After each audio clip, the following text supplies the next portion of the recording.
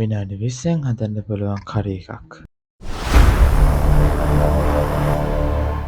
සාදරයෙන් පිළිගන්නවා මගේ YouTube channel එකට.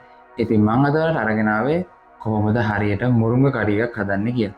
ඉතින් අද යන්නේ අම්මලා ගෙදර නැති එකේ part 2 එක. ඉස්සෙල්ලාම හැදුවේ පෝක් කරි එකක්. දැන් හදන්න යන්නේ මුරුංග කරි එකක්.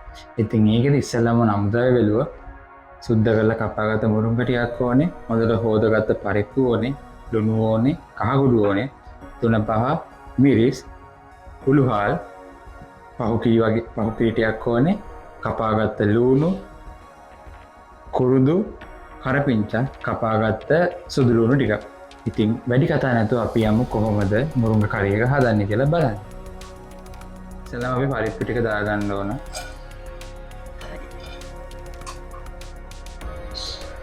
හොඳට හොදගෙන පරිප්පු එක ගන්න නැත්නම් අර ඒව පරිප්පු හදන්න බිම ඒව හින්දා ඒ හින්දා හොඳට පරිප්පු එක හොද ගන්න ඉස්සෙල්ලාම ඊට පස්සේ මේ පරිප්පු එක තමයි දැන් දාන්නේ මේකට. ඊට පස්සේ අපි සුද්ධ කරගෙන ඔක්කොම කරගත්ත මුරුංග එක දානවා.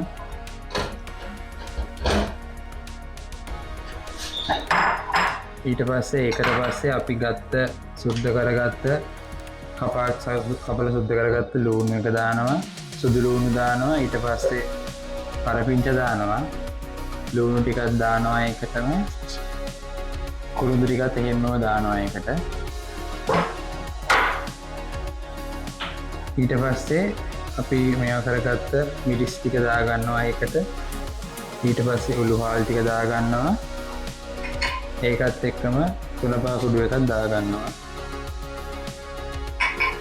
කහත් ඊට පස්සේ ඒකත් එක්කම කහත් දාගන්නවා අපි ඒකට.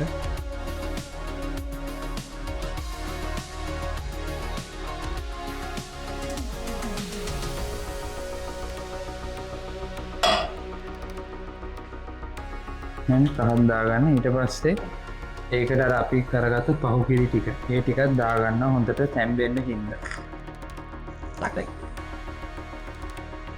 තැම්බෙන්න හින්දා ඒකට පහුකිරි ටිකක් දාගන්නවා.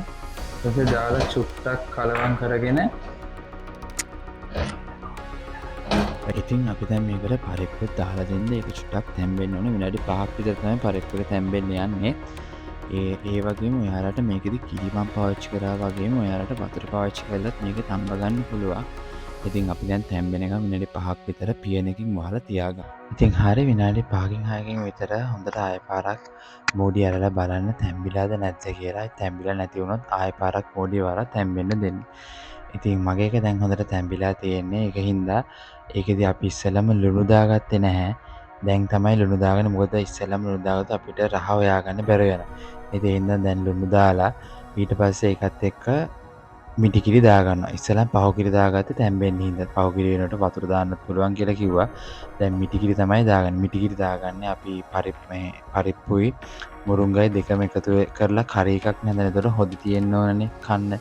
ඒ හින්දා තමයි අපි මිටිකිරි දාලා ඒ කරි එකේ අර හොදි ගතිය වැඩි කරගන්නේ. ඉතින් මම ඔයාලගෙන් පොඩි රික්වෙස්ට් එකක් කමෙන්ට් එකක් බලාපොරොත්තු වෙනවා. මම කෑම හදන වීඩියෝස් ගේන්නද නැත්නම් පැල ගැන වීඩියෝස් ගේන්නද නැත්නම් දෙකම ගැන මික්ස් එකේ වීඩියෝස් ගේන්නද පැලයි කෑමයි ඕගොල්ලෝගේ කමෙන්ට් එකක් එක්ක මම ඉස්සරහට දිගට වීඩියෝස් කරගෙන යන්නම්. එහෙනම් මේ වීඩියෝ එකෙන් ඔයාලා ලේසියෙන් මුරුංග කරියක් හදන්නේ කොහොමද කියලා දැනගන්න ඇති කියලා මම විශ්වාස කරනවා. ඉතින් මේ වගේ වීඩියෝස් දිගින් දිගටම බලන්න මාව subscribe කරලා තියාගන්න. මං අදට ගිහිල්ලා එන්න. ඔයාලා හැමෝමටම ජය වේවා.